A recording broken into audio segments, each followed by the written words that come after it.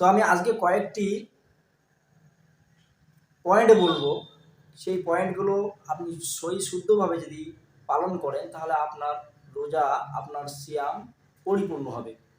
রমজান মাস এসেছে, তারপরেও আমরা সলাৎ অনেকেই পড়ি না, রোজাটা রেখে আসি কিন্তু সলাৎ পড়ি না। তো 1 নম্বর হচ্ছে দুনিয়ার সমস্ত কাজকর্ম থেকে বিরত থাকা। 2 নম্বর হচ্ছে রোজা থাকলে রোজা থাকার মতো থাকা, সম রেখে গালমন্দ, গালিগালাজ, শোরগোল, ঝগড়া বিবাদ, মিথ্যা কথা, হারাম হালাল কিছু। এবার 3 নম্বরে বলা হয়েছে রোজা রাখতে হলে আমাকে সর্বপ্রথম কি করতে হবে। 5 নম্বর পয়েন্ট হচ্ছে রমাজান মাসে ফরজ ইবাদতগুলো কখনো যেন আমার ছুটে না যায়।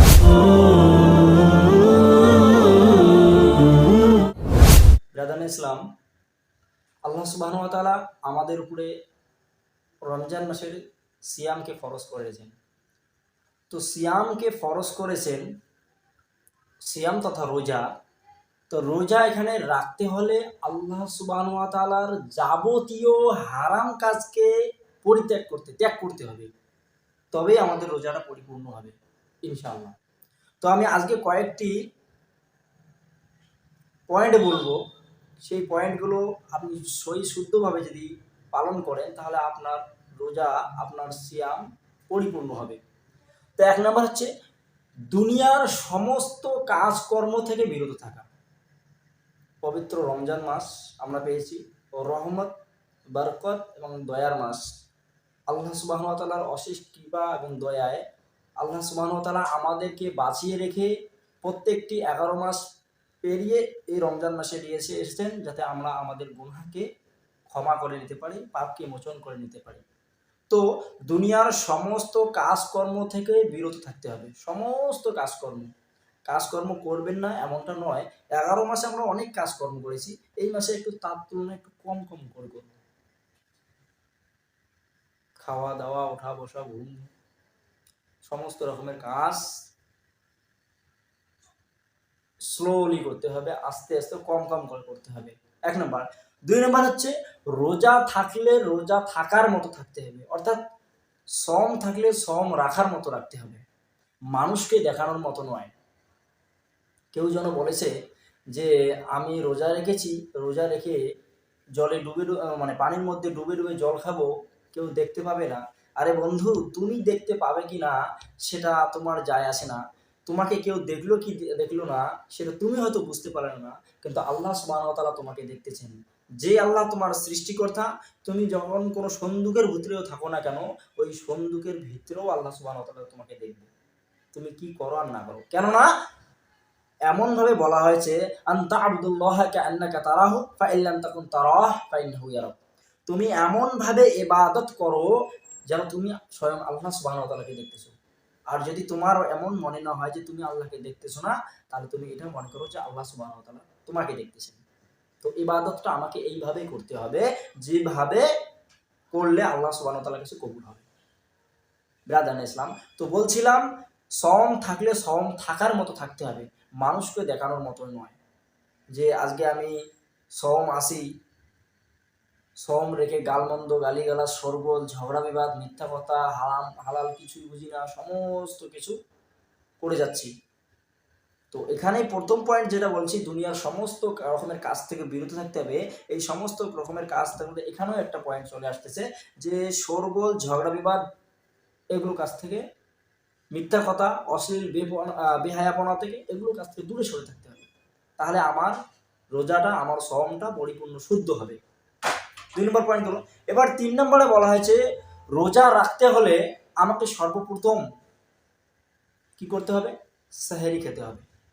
সেহরি না খেলেও সওম রাখা যাবে, রোজা রাখা যাবে, কোনো অসুবিধা নেই, কিন্তু সেহরির মধ্যে বরকত রয়েছে, আর সেহরিটি খাওয়া সবচেয়ে ভালো। কেননা আর সেহরিটা খেতে গেলে আমরা এমনভাবে খাবো না যে খারাপ মাইন্ডে নেবেন না, এমনভাবে খাবো না যেভাবে খেলে গরু ছাগল বা বাছুরের বাচ্চাকে যদি ছেড়ে দেওয়া হয় খামারের মধ্যে, মাঠের মধ্যে, তাহলে এমনভাবে খায় পেট পূর্ণ ফুলে ফেপে যায়, মনে হয় বেলুন হয়ে আছে। তো ওইভাবে আমরা খাবো না, কেননা ওইভাবে খেলে আমার ইবাদতের ক্ষেত্রে কষ্ট হবে, ওঠা বসা, জিকির আজগার, সলাতের ক্ষেত্রে কষ্ট হবে। তো ওইভাবে আমি খাবো না, পেট ফুলে খাবো না, পেট ভর্তি করে খাবো না। কেননা আল্লাহ রাসূল সাল্লাল্লাহু আলাইহি সাল্লাম বলেছেন পেটটাকে 3 ভাগ করতে, 3 ভাগ করে 1 ভাগ খাবার, 1 ভাগ পানি, আর 1 ভাগ হচ্ছে আপনার খালি রাখতে বলছেন। তো এইভাবে যদি আমি খাই তাহলে আমিও সুস্থ থাকবো, আমার ইবাদতের মধ্যে কোনো রকমের কষ্ট হবে না। বোঝা গেল? 3 নম্বর পয়েন্ট গেল। এবার 4 নম্বর পয়েন্ট হচ্ছে যে রোজা মানে সেহরি খাওয়ার পর যখন সিয়ামটা পালন করবো, রোজাটা রাখবো দিনের বেলায়, প্রত্যেক দিনে আমরা বিশেষ করে কোরআনটা যতদূর সম্ভব আমরা কোরআন বেশি বেশি করে তেলাওয়াত করব। কেননা কোরআন এই রমজান মাসে নাজিল করা হয়েছে, আর রমজান মাসের এমন একটি রাত রয়েছে যেই মাসটা রাতটার নাম হচ্ছে লাইলাতুল কদর। ইন্না আনজালনাহু ফি লাইলাতুল কদর। লাইলাতুল কদরে আল্লাহ সুবহানাহু ওয়া তাআলা কোরআনকে নাজিল করেছেন। সুতরাং লাইলাতুল কদর আমাদের আসতে এখনো দেরি আছে। তা আমি বলছি কোরআনকে পড়তে বলতেছি এই কারণেই যে কোরআন রমজান মাসেই নাজিল করা হয়েছে। কোরআন বেশি বেশি করে, বিশেষ করে দৈনন্দিন যারা আমরা হাফেজরা রয়েছি, দৈনন্দিন যেন 1 পারা করে পড়তে পারি, 1 পারা করে পড়তে পারি। এটা আমার পক্ষ থেকে আমি বলছি। কেননা একটা অক্ষরে আল্লাহ সুবহানাহু ওয়া তাআলা 10 করে নেকি রেখেছেন। একটা একটা হরফে 10 করে নেকি রয়েছেন। যেমন আলিফ লাম মিম, এটা একটা হরফ নয়, এখানে বলা আছে আলিফুন হরফুন, লামুন হরফুন, আর মিমুন হরফুন। অর্থাৎ এই 3টা হরফ আছে, এই 3টা হরফে 30 নেকি রয়েছে। তো আমি বলতে চাচ্ছি যে কোরআনকে বেশি বেশি করে যেন তেলাওয়াত করা হয়, অন্তত পক্ষে 1 পারা করে দৈনন্দিন। এবার কি হলো, 5 নম্বর পয়েন্টে আমি চলে আসছি। 5 নম্বর পয়েন্ট হচ্ছে রমজান মাসে ফরজ ইবাদতগুলো কখনো যেন আমার ছুটে না যায়। ফরজ ইবাদতগুলো আমাকে করতেই হবে, ফরজ ইবাদতগুলোর মধ্যে গুরুত্ব দিতেই হবে। কেননা আমরা অনেকেই ভাই এখানে আছি যারা রমজান মাসে পেয়েছি, সম থাকি, রোজা রাখি, অথচ ফরজ ইবাদত সলাতকে আদায় করি না। শুধু রমজান মাসে যে ফরজ সলাত আদায় করতে হবে এমনটা নয়, আমাদের উপরে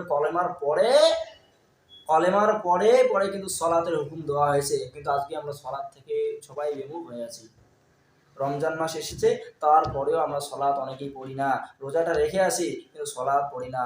সলাতের সঙ্গে সিয়ামটা সম্পূর্ণ পরিপূর্ণ আছে বন্ধুগণ। তাই বলছি ফরজ সলাত আদায় করতে হবে, ফরজ সলাতগুলোকে গুরুত্ব দিতেই হবে।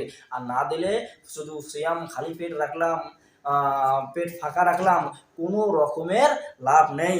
আমাকে কি করতেই হবে, ফরজ সলাত আদায় করতেই হবে।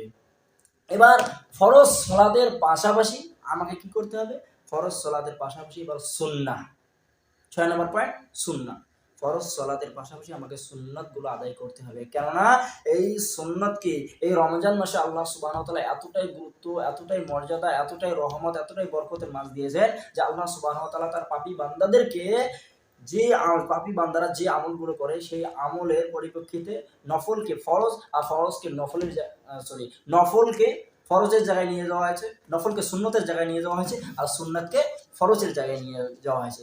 তো এতটাই গুরুত্ব দেওয়া হয়েছে আমরা যেন নফলগুলো ছাড়ি না, সুন্নতগুলো যেন ছাড়ি না। কেননা আমার এটাতে কি গুনাহ মোচন করার, পাপকে মোচন করার মাস যেহেতু, সুতরাং আমরা পাপকে মোচন করেই নেব। আল্লাহ সুবহানাহু ওয়া তাআলার কাছে বেশি বেশি করে ইবাদত করে, জিকির আজগার করে আমার গুনাহকে, আমার পাপকে মোচন করে নিবই নিব ইনশাআল্লাহ।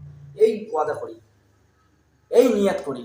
কেননা নিয়তের কথা এই জন্যই বললাম যে নিয়ত ছাড়া কোনো কিছুই হয় না। কেননা আল্লাহ রাসূল সাল্লাল্লাহু আলাইহি ওয়াসাল্লাম পবিত্র তেনার বাণী, আল্লাহ রাসূল সাল্লাল্লাহু আলাইহি ওয়াসাল্লামের মুখের বাণী, তিনি বলছেন ইন্নামাল আ'মালু বিন্নিয়াত। বুখারী শরীফের প্রথম হাদিস, ইন্নামাল আ'মালু বিন্নিয়াত। প্রত্যেক কাজ ও কর্মের ফলাফল নিয়তের উপরে নির্ভর করে। আজকে যদি আমার নিয়তই ঠিক না হয়, আমার যদি নিয়তের মধ্যে ভেজাল থাকে, তাহলে কিন্তু আমি সওম পালন করতে পারবো না। নিয়ত যদি আমার ঠিক না থাকে তাহলে আমি ফরজ সালাত আদায় করতে পারবো না। নিয়ত যদি ঠিক না থাকে আমি কোনো কিছুই করতে পারবো না।